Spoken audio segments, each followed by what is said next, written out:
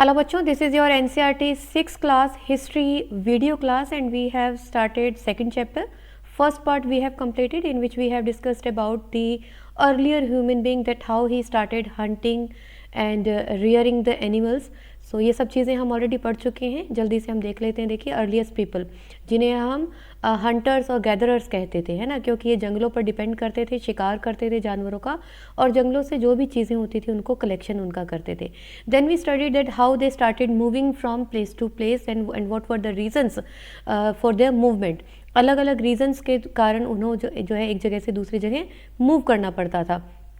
And then we read that how we came to know about these people. कैसे हमें पता लगा, archaeologist की जो स्टडीज़ हैं उनसे हमें पता चला उस समय के जो औजार टूल्स जो यूज़ किए जाते थे, चाहे वो स्टोन्स के होते थे या वुड्स के होते थे, उनके बेस पर जब उनकी डिस्कवरी हुई, जब ज़मीन के नीचे खुदाई करने पर हमें इन चीज़ों के बारे में पता चला, तब हमें ये नॉलेज हुई कि किस तरीके से इन टूल्स का यूज़ किया जाता था. अलग अलग टूल्स उस समय में यूज़ किए जाते थे. And then through the map we have discussed some locations that where we found the herders, hunters and gatherers, and where the plantation has started. farming कहाँ पर सबसे पहले शुरू हुई, तो इस मैप के थ्रू हमने ये सब चीज़ें स्टडी की थी. एंड देन ये केव पेंटिंग हमने देखी थी, रॉक पेंटिंग जिसे हम कह रहे हैं, कि किस तरीके से एनिमल्स को ये जो है डिस्क्राइब करते थे अपनी पेंटिंग्स के थ्रू. ठीक है, और ये हमने एक इमेज के थ्रू देखा था कि किस तरीके से ये हमें मिल रही हैं. और तब हमने देखा नेम्स एंड डेट्स, यानी कि जो हिस्टोरियंस हैं उन्होंने किस तरीके से टाइम पीरियड को अलग अलग टाइम जोन्स के अंदर डिवाइड किया. जैसे हमने पहला पैलियोलिथिक पढ़ा, देन हमने माइक्रोलिथ पढ़ा, एंड देन नियोलिथिक, यानी कि 3 जो एजेस हैं हमने ये पढ़ी थी. पैलियो यानी कि जो जिस समय पत्थर के जो यूज़ किए जाते थे टूल्स. माइक्रोलिथ जो हमने कहा जहाँ पर छोटे छोटे टूल्स यूज़ किए जाते थे. मीजोलिथिक भी जिसे हम कह रहे हैं, मिडिल स्टोन एज जिसे हम कह रहे हैं, and then the neolithic age, यानी कि जहाँ पर स्टोन्स जो टूल्स हैं वो यूज़ होते थे लेकिन वो पॉलिश हो गए थे और उनके अंदर इम्प्रूवमेंट आने लगा था. तो इस तरीके से 3 एजेस हमने स्टडी की थी. एंड देन चेंजिंग एनवायरनमेंट, कि किस तरीके से जो कंडीशंस हैं वो चेंज होती रही, क्लाइमेट चेंज हुआ, फार्मिंग कैसे शुरू हुई, हर्डिंग कैसे शुरू हुई, और किस तरीके से डोमेस्टिकेशन यानी कि जानवरों को जो है पालना उस समय के अर्ली ह्यूमन ने शुरू किया. And now we will start a new way of life, यानी कि किस तरीके से अब जो है एक नई तरह की जो ज़िंदगी है लोगों ने शुरू कर ली थी, यानी कि कैसे उनको जो एनिमल को पालना, जो टेमिंग उन्होंने शुरू कर दी थी. अब हम देखेंगे कि किस तरीके से उन्होंने प्लांटेशन शुरू किया था, यानी कि कल्टिवेशन उन्होंने शुरू कर लिया था. ओके, चलिए, तो यहाँ पर आप देखिए, इफ़ यू प्लांट, हम थोड़ा सा इसको okay, if you plant seed you will notice that it takes some time to grow. अब हम कोई भी पौधा लगाते हैं, हम सपोज़ हम सीड्स डालते हैं, है ना, जब सीड्स जर्मिनेट होंगे, उनमें प्लांटेशन शुरू होगा तो टाइम पीरियड होगा उसके लिए ना, टाइम लगेगा. तो यहाँ पर हम देखेंगे कि जो अर्ली ह्यूमन था उसने जब बीजों को, यानी कि अनाज के दानों को डाला ज़मीन के अंदर, ऐसे ही रैंडमली उन्होंने ज़मीन के अंदर दबाया, तो उन बीजों से नए पौधे निकलने में कुछ समय लगा. तो उन पौधों के पूरा पकने में, यानी कि जो फसल पूरी तैयार हो जाती है, ग्रेन राइपन हो जाते हैं, उस टाइम पीरियड तक उन पौधों की देखभाल के लिए, उनके वाटरिंग के लिए, उनकी वीडिंग के लिए, यानी कि जो घास फूस उग जाते हैं उनको दूर करने के लिए, उनकी प्रोटेक्शन के लिए एनिमल से, बर्ड से, एक पर्टिकुलर टाइम पीरियड के लिए उन लोगों को वहाँ पर रहना पड़ा. तो इस तरीके से जो उनकी लाइफ में स्टेबिलिटी आई, यानी कि एक जगह पर उन्होंने रहना सीखा उन पौधों की देखभाल के लिए. ठीक है, had to stay in the same place for a long time looking after the plants, watering, weeding, driving away animals and birds till the grain ripen, यानी कि फसल पकने तक इनको जो है वहीं पर रुकना पड़ा. और यहाँ पर आप देख सकते हो, देखो जो ग्रेन है इनको कैसे कैसे यूज़ किया जा रहा था, सीड के तौर पर, फूड के तौर पर, एक्सचेंज किया जाता था इनको, एज अ गिफ्ट भी हम यहाँ पर देख सकते हैं. तो कैसे अलग अलग तौर पर इनको यूज़ किया जा रहा था.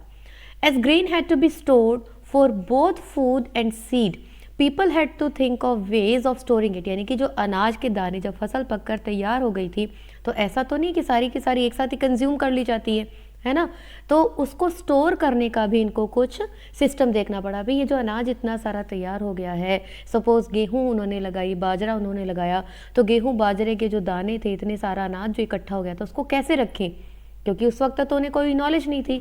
लेकिन जब उन्हें ज़रूरत महसूस हुई तब उन्होंने धीरे धीरे पॉट्स बनाना, बर्तन बनाना शुरू किया.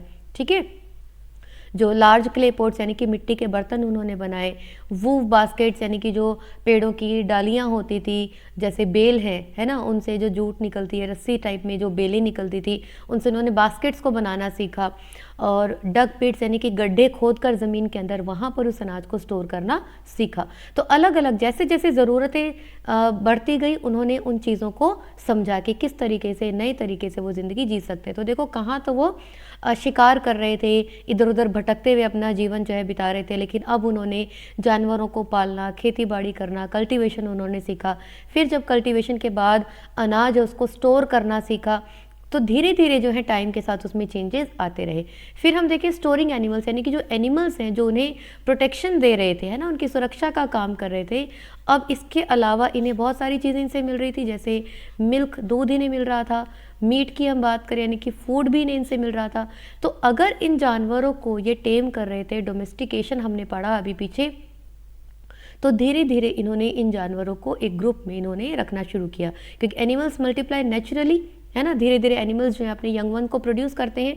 तो ये क्या कर रहे थे, ये जानवर जो है इनके लिए फूड सोर्स का भी काम कर रहे थे, या हम कहीं स्टोर ऑफ फूड का भी इनके लिए काम कर रहे थे। ठीक है, तो इस तरीके से इन्होंने जो एनिमल्स हैं उनकी प्रोटेक्शन, उनकी टेमिंग, उनका डोमेस्टिकेशन भी धीरे धीरे सीखा। ठीक है, तो यहाँ हम यही पढ़ रहे हैं कि किस तरीके से जो उनकी लाइफ है धीरे धीरे जो है वो चेंज होती चली जा रही थी। Now finding about the first farmers and herders. अब देखो यहाँ पर हम देखें, जो भी हमने पीछे मैप के अंदर स्टडी किया था, हम एक बार फिर से पिछली स्लाइड ले लेते हैं। देखो ये देखो यहाँ पर, तो यहाँ ये जो आपको ब्लू स्क्वायर्स दिखाई दे रहे हैं ना, ये देखो ये वाला एरिया है, कोलदिवा, महागड़ा, चिरान है, जो ताओजाली हरिंग है ना। इसके अलावा यहाँ पर देखो हालूर है या पयमपली है। तो ये सब एरियाज़, इधर आप देखो ये मेहरगढ़ है।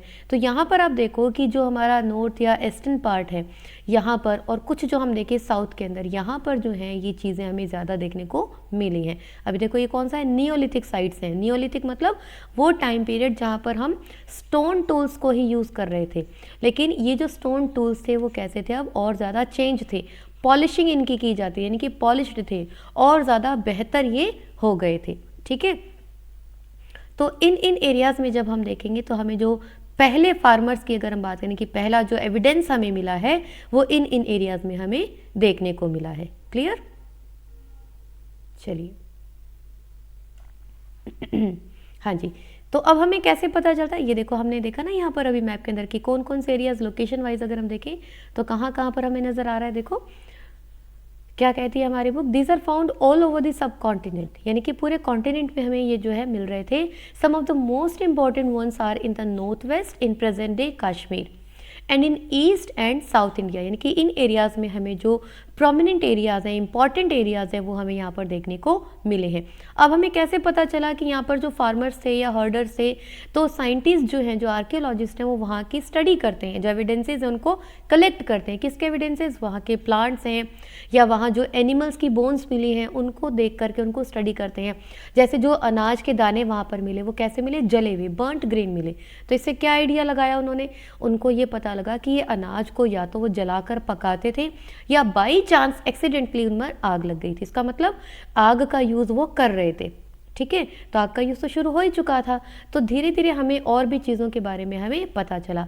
Scientist can identify these grains and so we know that a number of crops were grown in different parts of the subcontinent. They can also identify the bones of different animals, यानी कि जब ज़मीन की खुदाई करने पर उनको अलग अलग जानवरों की बोन्स मिली हैं, उन बोन्स के बेस पर उन्होंने आइडिया लगाया कि किस तरह के जानवर जो है इस पर्टिकुलर एरिया में वो मिल रहे थे। ठीक है, और अभी जैसे ऊपर हमने दांतों के स्ट्रक्चर को पढ़ा था अपने पिछले वीडियो में कि जो दांतों के स्ट्रक्चर है, जो डोमेस्टिक एनिमल्स होते हैं उनके तीखे नहीं होते, लेकिन जो वाइल्ड एनिमल्स हैं उनके तीखे बड़े दांत होते हैं। तो जो उनकी बोन्स हैं उनको देख करके वो स्टडी कर रहे थे कि ये कैसे थे, ये पालतू जानवर थे या जंगली जानवर थे। ठीक है, तो इन एविडेंसेस के बेस पर जो साइंटिस्ट है वो स्टडी करते हैं और बताते हैं पर्टिकुलर टाइम पीरियड के बारे में। क्लियर, अब हम बात करते हैं टुवर्ड्स अ सेटल्ड लाइफ। तो जैसा हमने देखा कि धीरे धीरे जो हंटर्स और गैदरर्स थे, ये जो हर्डर्स थे, इन्होंने धीरे धीरे सेटलमेंट सीख लिया था, है ना। धीरे धीरे एक जगह पर स्टेबल ये हो गए थे, इन्होंने रहना सीख लिया था, इन्होंने अपने घर बनाने सीख लिए थे। तो सबसे पहला अगर हम देखें तो जो बुर्ज होम का एग्जाम्पल यहाँ पर हम देख रहे हैं। ठीक है, अभी हमने पिछले मैप में देखा था जो आज कहाँ है, कश्मीर के अंदर है। तो यहाँ पर जो लोग हैं पिट हाउस बनाते थे। पिट हाउस मतलब कि ज़मीन को खोद कर वहाँ पर गहरे गड्ढे खोद कर अपना घर बना लेते थे। अब इनमें क्या होती थी, सीढ़ियाँ भी होती थी। अब ज़मीन में गड्ढा होगा तो गहराई में होगा। आज हम बनाते हैं ना अंडरग्राउंड, तो वो उस समय भी अंडरग्राउंड जो घर बना करते थे। These have provided shelter in cold weather. Archaeologist have also found cooking hearths both inside and outside the hearths, यानी कि चूल्हे जो हैं वो भी हमें इन खुदाइयों के अंदर हमें मिले हैं।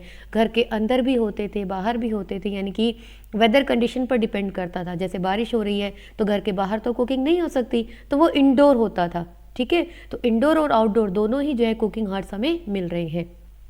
अब इसी तरीके से स्टोन टूल्स की अगर हम बात करें तो अलग अलग जगहों से, जो साइट्स हैं अलग अलग जगहों से अलग अलग तरह के जो हैं टूल्स मिले हैं। अभी हमने पैलियोलिथिक टूल्स के बारे में पढ़ा था और अब हम इनको क्या करें, नियोलिथिक। क्यों कह रहे हैं नियोलिथिक? क्योंकि अब जो टूल्स हैं वो नए बन गए हैं। नए मतलब उनमें और बहुत सारे चेंजेस आ गए, जैसे दैट वर पॉलिश्ड, पॉलिशिंग उनकी की गई थी। और फाइन कटिंग एजेस, पहले तो ऐसे ब्लंट होते थे, इतना उनको नहीं पता था, लेकिन धीरे धीरे उनको घिस कर उनकी कटिंग करके उनके एजेस बनाए जाते थे, उनकी पॉलिशिंग की जाती थी। मोटर्स एंड पेसल्स जो हैं उनको यूज़ किया जाता था, यानी कि कूटने पीसने के लिए यूज़ किया जाता था। ग्राइंडिंग ग्रेन, यानी कि अब अनाज जब वो उगा रहे थे, अनाज को पीसने के लिए जो है वो टूल्स बनाने लगे थे। तो और भी अलग अलग तरह के जो हैं औजार जो है, टूल्स जो हैं वो बना रहे थे। Mortars and pestles are use for grinding grain even today. आज भी हम देखते हैं घर में, आप देखते हो ना चटनी पीसती हैं मम्मी या मसाले पीसे जाते हैं, तो मोटार्स एंड पेसल्स को यूज़ किया जाता है, जिसे आप भामजस्ता कहते हैं या सिल लोढ़ा कहते हैं, है ना। तो इस तरह के जो टूल्स हैं उस समय में भी यूज़ किए जाते थे। लेकिन ये औजार, ये जो टूल्स हैं, ये बनने के लिए क्या करना पड़ता था, इनको मेहनत करनी पड़ती थी, इनकी पॉलिशिंग की जाती थी, इनके एजेस की कटिंग की जाती थी, फाइन कटिंग की जाती थी।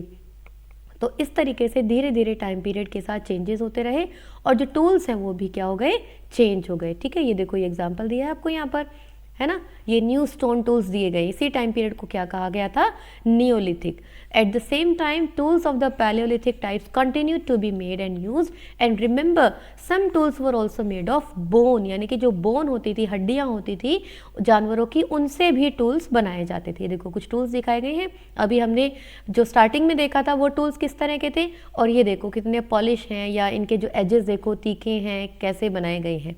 ठीक है, पत्थरों से इनको काट काट कर, घिस घिस कर, तो धीरे धीरे जो है चेंजेस आने लगे थे। क्लियर? तो ये कौन से थे, न्यू स्टोन टूल्स, जिसे हम क्या कह रहे हैं, नियोलिथिक एज के। Many kinds of earthen pots जो हैं वो भी हमें मिलने लगे थे, मिट्टी के बर्तन हमें देखने को मिले थे। दीज वर समटाइम्स डेकोरेटेड, कभी कभी इन पर डेकोरेशन भी होती थी।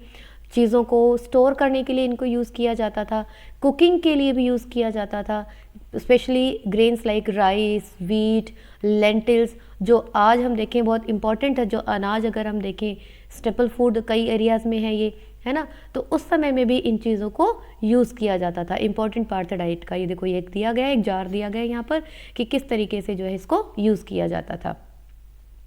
तो they begin weaving cloth using different kinds of materials, for example cotton that could not be grown, यानी कि कॉटन प्रोडक्शन भी वहाँ पर शुरू हो गई थी। अब जब कॉटन आई तो उन्होंने देखा कि इससे हम जो है कपड़े बना सकते हैं, तो उन्होंने वीविंग भी सीख ली थी। तो हमने देखा सबसे पहले इन्होंने क्या सीखा, रियरिंग, है ना, जानवरों को पालना सीखा। फिर इन्होंने कल्टीवेशन सीखा, फिर इन्होंने स्टोरिंग, फूड को स्टोर करना सीखा। अब आप देख रहे हैं किस तरीके से ये विविंग यानी कि कपड़ा बुनना भी ये सीख गए हैं। ठीक है, did things change everywhere and all at once. तो अब ये जो चेंजेस हम पढ़ रहे हैं, हमने अभी एजेस पढ़ी ना, कौन कौन से हमने पढ़ा, पैलियोलिथिक, हमने पढ़ा मीजोलिथिक, या हमने पढ़ा नियोलिथिक। तो आप देख रहे हैं ये टाइम पीरियड हज़ारों लाखों सालों का जो टाइम पीरियड था, अचानक से ऐसे चेंजेस नहीं हुए। और ऐसा नहीं कि हर जगह, यानी कि इतनी बड़ी दुनिया थी तो हर जगह जो कॉन्टिनेंट है हमारा, सब जगह ऐसे चेंजेस एक साथ नहीं हुए। कहीं पर जो है कुछ चेंज हो रहा था, कहीं पर पुराना सिस्टम ही चल रहा था, कहीं पर जो लोगों ने फार्मिंग सीख ली थी, लेकिन दूसरी जगह पर जो लोग हैं वो हंटिंग और गैदरिंग फूड जो है वही चला रहे थे। तो अलग अलग टाइम में अलग अलग एरियाज़ में चेंजेस देखने को मिले। ठीक है, तो ये डिपेंड करा, देखो different things during different seasons. तो अलग अलग सीजन्स में जैसे जैसे ज़रूरतें उनको महसूस हुई, वैसे वैसे उनमें चेंजेस आते गए। क्लियर? यहाँ तक आया आपको समझ में? तो चलो आगे चलते हैं। अब देखो जो मैप में मेहरगढ़ हमने देखा था अभी, तो वहाँ का एक एग्जाम्पल लेके दिखाया गया कि किस तरीके से जो है एक फर्टाइल प्लेन है, फर्टाइल यानी कि बहुत ही उपजाऊ ज़मीन है यहाँ पर, near Bolan pass, which is one of the most important route into the Iran, यानी कि ईरान की तरफ। अब जो आप देखते हो ये इस तरीके से इंडिया आपका है ना यहाँ पर, तो यहाँ कहीं पर जो है ये मेहरानगढ़ आपको नज़र आएगा। क्लियर? तो sorry, Mehrgarh, not Mehrangarh. Mehrgarh was probably one of the places where people learn to grow barley and wheat. ठीक है, rear sheep and goat for the first time in this area, यानी कि इस एरिया की जो एरिया हम बात कर रहे हैं, यहाँ पर जो मेहरगढ़ है, यहाँ पर जो जानवरों में जो शीप है, भेड़ है या बकरी है, इसको पालना सीखा लोगों ने। और अनाज में भी अगर हम देखें तो बार्ले और वीट को उगाना इन्होंने सीखा। At this site many animal bones were found, bones of wild animals such as deer and pig and also bones of sheep and goat were found, यानी कि जंगली जानवर साथ साथ पालतू जानवर जो हैं उनकी बोन्स के जो रिमेन्स हैं वो वहाँ पर हमें मिल रही हैं। Other finds at Mehrgarh include remains of square और रेक्टेंगुलर हाउसेज। ये देखो, ये आपको इमेज दी गई है, ये एक स्क्वायर और रेक्टेंगुलर हाउस की इमेज यहाँ पर दी गई है। तो किस तरीके से वहाँ पर घर बने होते थे। ईच हाउस हैड 4 और मोर कंपार्टमेंट्स। देखो 1 2 3 4, ये 4 कंपार्टमेंट्स दिए हुए ना, तो इस स्क्वायर शेप में इस तरीके से घर बनाना लोगों ने शुरू कर दिया था। Some of which may have been use for storage. अब यहाँ पर जो कंपार्टमेंट्स है, किसी एक कंपार्टमेंट को जैसे किचन के लिए यूज़ किया जा रहा है, कहीं पर इसको स्टोरिंग के लिए यूज़ किया जा रहा है ना। तो अलग अलग जो कंपार्टमेंट्स इनको यूज़ किया जा रहा था। जैसे आज हम अपने घर बनाते हैं ना, किचन का सामान है, या हम लेबोरेटरीज बनाते हैं, या हम अपने बेडरूम्स बनाते हैं, लिविंग रूम बनाते हैं, तो उस समय में भी हम देखते हैं कि कंपार्टमेंट्स बने होते थे। क्लियर? साथ ही साथ यहाँ पर अगर हम देखें तो जो इनके डेड बॉडीज़ होती थी, यानी कि जो रिचुअल्स की अगर हम बात करें, ठीक है, तो जो यहाँ पर हम देखें कि लोग होते थे, जो इनके प्रियजन होते थे, जब उनकी डेथ हो जाती थी, when people die their relatives and friends generally pay respect to them. कैसे रिस्पेक्ट देते थे? उनको जब ज़मीन में ये दफनाते थे, ठीक है, buried whenever they buried them, they buried the other essential things with them, यानी कि जो उनकी ज़रूरत की दूसरी चीज़ें होती थी वो भी उनके साथ दफना देते थे। देखो ये एक आपको एक स्केलेटन दिखाई दे रहा है, और यहाँ पर ये कुछ और आपको स्केलेटन दिखाई दे रहे हैं। तो ये किसके हैं? ये एनिमल्स के। देखो गॉड जैसा नहीं लग रहा आपको ये, है ना। तो जो दूसरे शीप है या गॉट है, इनके भी जो हैं एनिमल्स जो हैं इनके साथ ही ये दफना देते थे। क्यों? इनका मानना था कि इनकी डेथ के बाद ये कोई दूसरी दुनिया में चले जाएंगे और वहाँ पर इनको इस खाने पीने की ज़रूरत पड़ेगी, तो इनके साथ इन सब चीज़ों को ये दफना देते थे। क्लियर? तो ये यहाँ पर जो है आपको नज़र आ रहा है इमेज के थ्रू, आप देख सकते हो। चलो, तो ये बिलीफ था। क्या बिलीफ था? देखो यहाँ पर, perhaps in the believe that there is some form of life after death, यानी कि डेथ के बाद भी एक दूसरा जीवन यहीं कहीं पर होगा जहाँ पर इनको इन चीज़ों की ज़रूरत होगी। तो burial is one such arrangement. Several burial sites have been found at Mehrgarh. In one instance the dead person was buried with goats which were probably meant to serve as food in the next world. Clear? तो ये सब हम पढ़ चुके हैं। इसी के बाद हम देखें और कई एग्जाम्पल्स यहाँ पर आपको दिए गए हैं।